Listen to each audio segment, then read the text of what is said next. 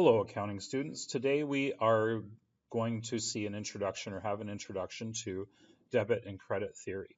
Of all the foundation skills related to learning accounting, debit and credit theory by far is the most important thing to understand.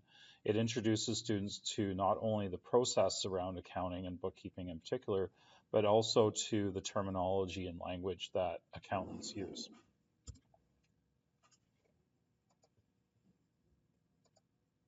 So recalling our basic or fundamental accounting equation, this is really, really important. As you've already seen, it is kind of a key to the sort of the hints or the setup behind how accounting theory works.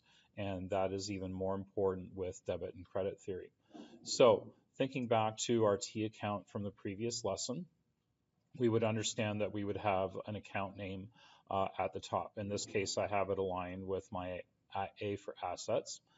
And so I think we would understand that obviously the when we talk about left and right side of the T account, the left is over here on this side, and the right obviously would be over here on the right side.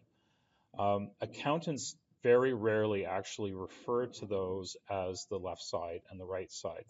In accounting language, the left side is usually referred to as the debit side, and the short form for that is DR or debit. It's pronounced the same. On the other hand, the right side is referred to as the credit side. So if you hear accountants talking about increases and decreases in values, very rarely will they talk about additions and subtractions or left side transactions or right side transactions. You will hear them talk about debits and credits. And you've probably already heard that in everyday language without really maybe realizing what it was or what it means, but those are all accounting terms. And the short form accordingly for credit is CR or credit. And we typically will write it in this way with a capital D and a capital C. Now, the trick for remembering this is a very simple trick. When you're not feeling well, obviously you're going to go to your doctor.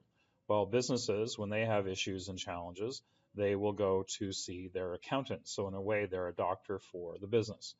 So who would you go and see? You would go and see Dr. Credit.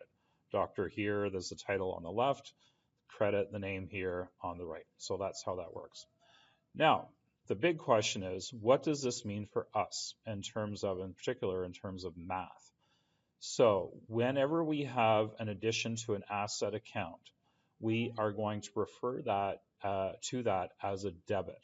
So anytime our bank account goes up, anytime our accounts receivable goes up, we are from this day forward, going to refer to those as debits. And so the math then is anytime we have an increase in these accounts, it's going to be an addition or a debit. While we're working with T accounts, all those increases are going to go on the debit or left side of the T account. On the other hand, if we have decreases to any of those accounts, we are going to refer to those as credits. So if I pay a bill for worth $100, I'm going to refer to that as a credit for $100 to my bank account, which might seem a little bit odd because oftentimes we're accustomed to hearing as credits as a bad thing that we're getting more money. Well, as we will see in later lessons, that's because it is from the reference of the person making that payment to you, and to them it's a credit. To you, if your accountant was doing your books, he would call or she would call that a debit. Now, remember, we're going to the other side of the equal sign, right? So we're going into opposite land or bizarro world, whatever you want to call it. And this is founded on a basic math principle. I think many of us recall that when we move terms from the left side to the right side of the equation sign of the equal sign,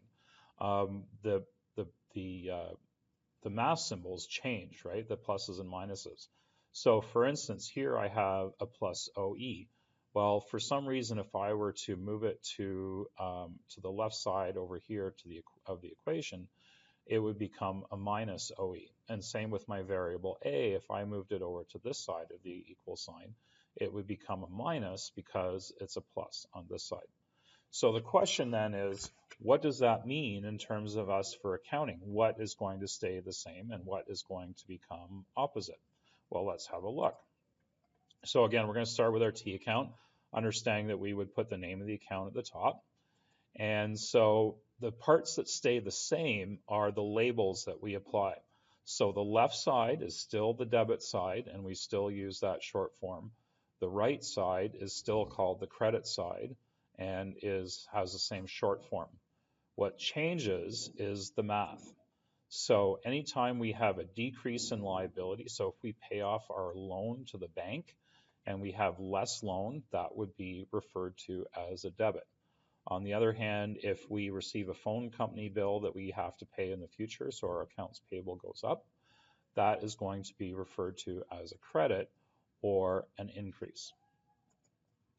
So just looking at this from sort of more of a just kind of a general theory side of things, we have to understand that every account has two sides. So we think about it in terms of the T account, but going forward, really what we think about transactions as having is a debit side and a credit side. And we use that little mnemonic of Dr. Credit to help us remember. The doctor on the left, credit on the right, and that's how the math works from there. So there really is only one simple rule. And once you receive that or understand that rule, remember that rule, everything else kind of falls into place by default. So the one basic rule is that additions to any account go on the side where the account appears on the balance sheet. So in the same way that we were remembering about our opening balances from yesterday's lesson going on the side of the equation, if you think about it going the other way, right, all of our increases go on the side of the account that it appears on the balance sheet or on the fundamental accounting equation. So increases on asset accounts are always going to be debits. Increases for liabilities and owner's equity accounts, because they're on the right side of the equation or the right side of the balance sheet, they're always going to be credits. So then if we understand that additions to assets go on the left or debit side, by default or process of elimination, if we have a decrease to an asset, it's going to go on the credit or right side. Additions to the liabilities and owner's equity, because it's on the right side of the equation, are going to go on the right side or credit side of the T account. By default, if we have a decrease, then it has to go on the left or the debit side. So here's a couple of charts just to kind of help us remember a little bit about how this works. I'm not going to go into too much into detail, especially this bottom part, because we just kind of saw that below. But here we have, so looking at this side from left to right, we have different rules for asset accounts. It's on the left side of the accounting equation. So the opening balance and increases will go on the left side or debit side of the T account. Decreases go on the credit. Liability and owner's equity accounts, because they're on the right side of the equation, their opening balance and increases go on the credit or right side of the account, and decreases are debits. And so that kind of gets summed up down here. So for examples, some examples, increases to cash, accounts receivable, supplies, so where we have more of those things after the transaction, we are going to refer to those as debits. Conversely, if we have decreases in those items, so if we have an account, we receive a payment for an account receivable, we have a decrease in that asset, then that's going to be referred to as a credit, as opposed to a minus or a subtraction. Increases in our liabilities, so accounts payable, loans, the owner's equity account, any increases to those. So if the owner comes along and invests $1,000 in their business, that is going to be referred to as a credit. It's an increase in those accounts. Any decreases are going to be referred to as debits. Now, the last thing to understand is what all of this is called, and all of this is called the double entry system. And by double, it means a set of debits and a set of credits. You will always have at least one of each, and at the end, they have to balance, always, always, always. We're going to do some transactions where we have one debit and 100 credits. You could have transactions with 1,000 debits and 2 credits.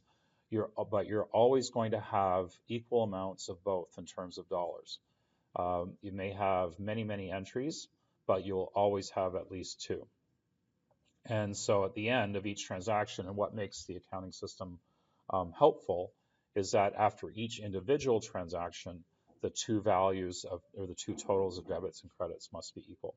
So if we have $100 in debits, then there also has to be $100 worth of credits. You'll never, ever, ever, ever, ever have a transaction where you have just a debit or just a credit.